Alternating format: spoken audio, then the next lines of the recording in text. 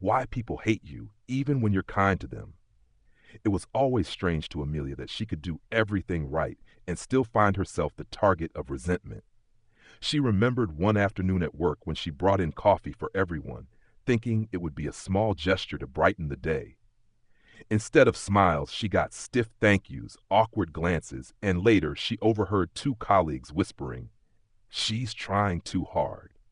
That moment stuck with her, not because it was the only time, but because it represented a pattern she could never fully understand. Kindness, no matter how genuine, sometimes bred dislike instead of goodwill. At first, Amelia thought it was her fault. Maybe she was clumsy in her delivery, or maybe she expected too much in return. But when she began reflecting more deeply, she realized this was not unique to her.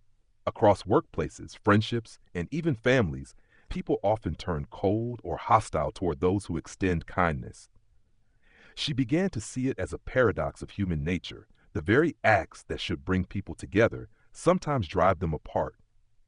The truth is that kindness can trigger things in people they don't want to face. Some interpret it as pity, as though the kind person is silently saying, "I'm above you and you need my help." Others see it as manipulation, assuming there's a hidden motive. And still others are simply uncomfortable with receiving something they don't believe they deserve. Amelia didn't want to believe this at first, but the more she paid attention, the more she saw evidence of it. Take her neighbor, for example.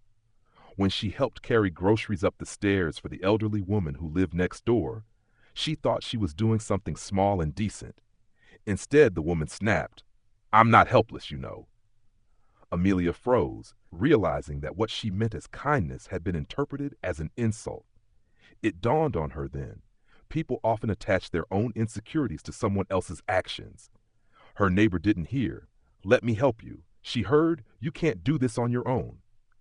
And then there was Jason, a man she once dated briefly.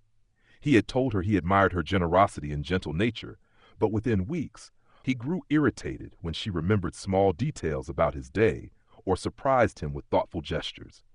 Finally, he admitted, "I don't like feeling like I can't measure up." That conversation was another revelation. Sometimes kindness doesn't just highlight someone else's insecurities, it reminds them of their own perceived shortcomings. If one person gives freely without expecting anything, the other might feel inadequate, unable to reciprocate at the same level. Amelia began to see that kindness often reveals more about the recipient than the giver. For people who are secure, it's a welcome gift.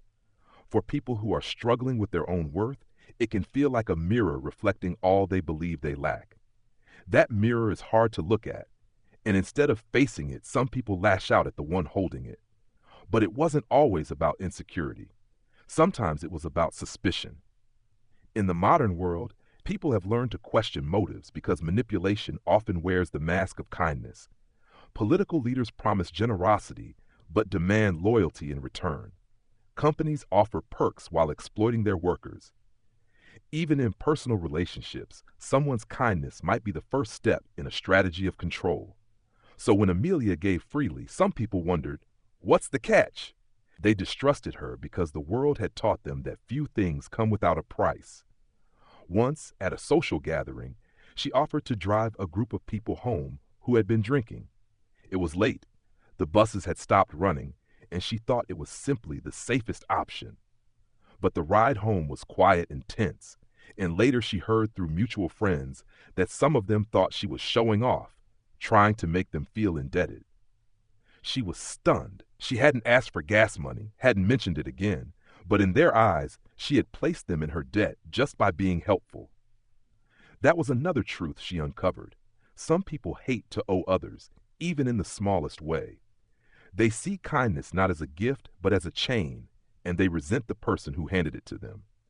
Amelia carried these lessons quietly. She tried to remind herself that their reactions weren't always about her.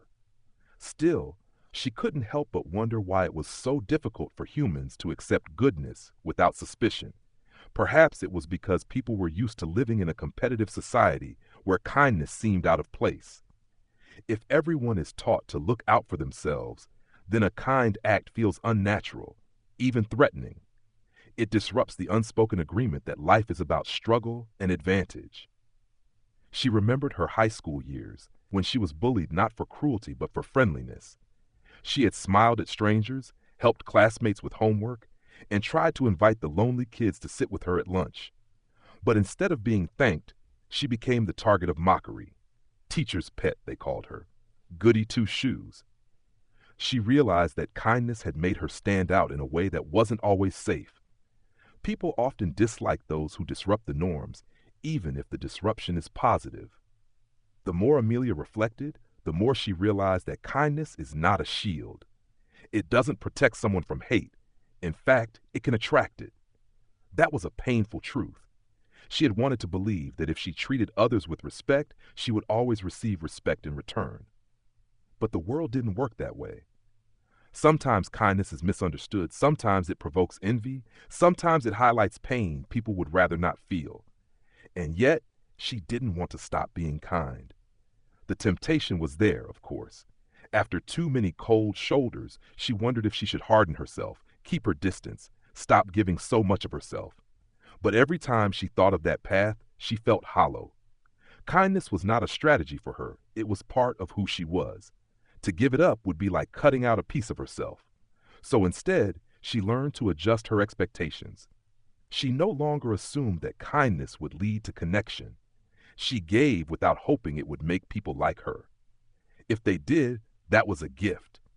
If they didn't, she tried to remind herself that their reaction was more about their own struggles than about her worth. She also learned to be wise with her kindness. She stopped pouring it endlessly into people who resented it. She recognized that kindness doesn't mean letting yourself be mistreated, nor does it mean insisting on helping people who don't want help. It means offering freely but respecting boundaries, including your own. In time, Amelia saw that the paradox of kindness was not a reason to abandon it, but a reason to deepen her understanding of people. Hatred in response to kindness was often a sign of unhealed wounds, unspoken fears, or unseen insecurities. And while she could not fix those things in others, she could choose not to let them define her. What she discovered was this: people may hate you even when you're kind, but that hate is rarely about you.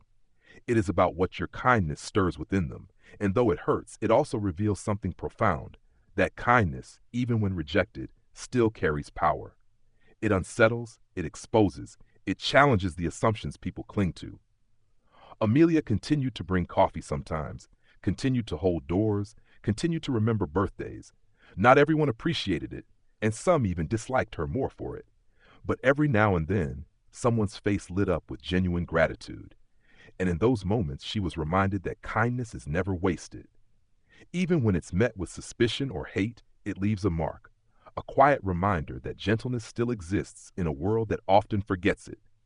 And that, she decided, was enough reason to keep going. Word count, 1106.